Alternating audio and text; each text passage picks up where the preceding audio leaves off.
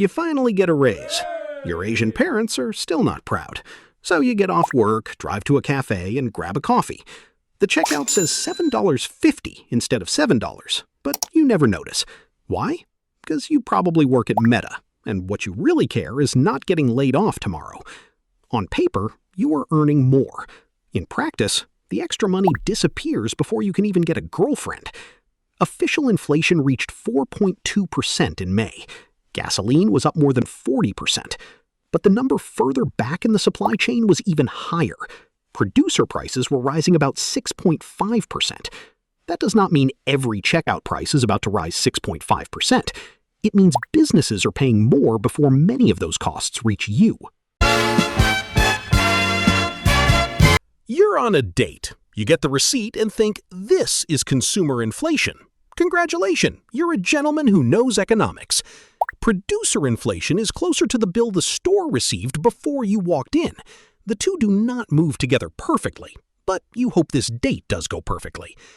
A business can delay a price increase, accept a smaller profit, change suppliers, reduce the product, or just stop selling it. But a higher cost does not evaporate because the price tag stayed still for another month. It has to land somewhere. The customer, the company, the worker, or the desperate singles like you. Imagine a store sells a toaster for $100. The toaster cost the store $70, leaving $30 to cover wages, rent, electricity, and hopefully a little profit. Then, shipping, tariffs, fuel, and materials push the replacement cost to $85. The store now has three choices: charge more, accept less profit, or stop selling the toaster. Economists have several longer and more expensive words for this, but that is better saved for your Google searches. There is one trick, though. The toaster already sitting on the shelf may still have been bought for $70, so the store can keep charging $100 and look completely unaffected. The customer sees a stable price. The business sees temporary protection. The next shipment is the problem. That is why companies stocked up before tariffs and supply disruptions arrived.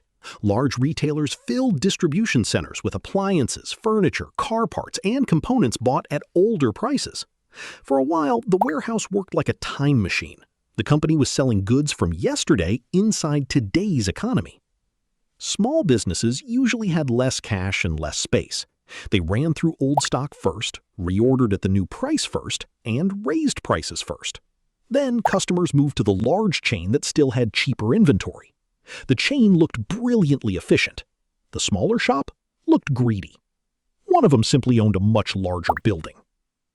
Federal Reserve researchers found that tariff costs did eventually reach consumer prices, often with a delay of several months. The cost did not disappear. It took the scenic route through the warehouse. Once the old inventory's gone, the company can still protect the customer by accepting a smaller margin. The $100 toaster stays at $100, but the store earns $15 instead of $30 before paying its other bills. For a while, the inflation sits inside the company's income statement instead of appearing on your receipt. That can continue for a quarter, maybe two. It cannot continue forever. Eventually, the business raises prices, reduces the package, cuts discounts, removes cheaper products, delays hiring, pressures suppliers, or cuts staff. Sometimes it does several at once. The inflation report records the final price. It does not show every product canceled or every worker not hired before that price arrived. Then there is the biggest buffer of all, the Strategic Petroleum Reserve. Crude oil stored in underground salt caverns for major supply disruptions. Think of it as a federal warehouse, except the patio furniture is combustible and geopolitically sensitive. In March, the reserve held roughly 415 million barrels. By mid-June, it was closer to 340 million. Around 75 million barrels had been drawn in about 12 weeks. That oil increased available supply and softened some of the immediate pressure. But the reserve is not a permanent oil industry. It is a bridge, and a bridge is less comforting when traffic keeps arriving faster than the other side is repaired. Fuel does not stay at the gas station. Diesel moves trucks, farm equipment, trains, and freight. Jet fuel moves passengers and cargo. Petroleum enters plastics, chemicals, packaging, and fertilizer. So the oil shock starts at the pump, then walks into the supermarket, the airline ticket, the delivery fee, and eventually our unfortunate toaster. Even if oil prices ease, another supply squeeze is building around the electrical grid. Utilities, factories, home builders, and data centers are competing for transformers, electrical equipment, concrete, and skilled workers. Data centers used about 4.4% of U.S. electricity in 2023. Estimates suggest that share could rise sharply by 2028, although the final number depends on how many projects are actually completed. A transformer is basically a traffic controller for electricity. Without enough of them, new homes, factories, and grid upgrades wait. A transformer assigned to a future server farm cannot also repair a local grid. Revolutionary software, very traditional metal box. This leaves the Federal Reserve with an awkward job. Interest rates can reduce demand. Higher borrowing costs discourage people from buying homes, financing cars, expanding factories, or hiring aggressively. But interest rates cannot produce oil. They cannot unload a ship, manufacture a transformer, or train an electrician by next Tuesday. The Fed cannot make the queue move faster. It can persuade fewer people to stand in it.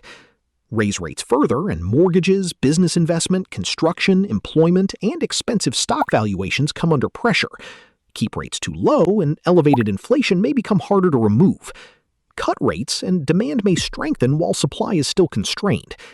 There is no button marked cheap energy, strong employment, lower inflation, and rising asset prices. Apparently, that feature remains in development. None of this guarantees another inflation surge.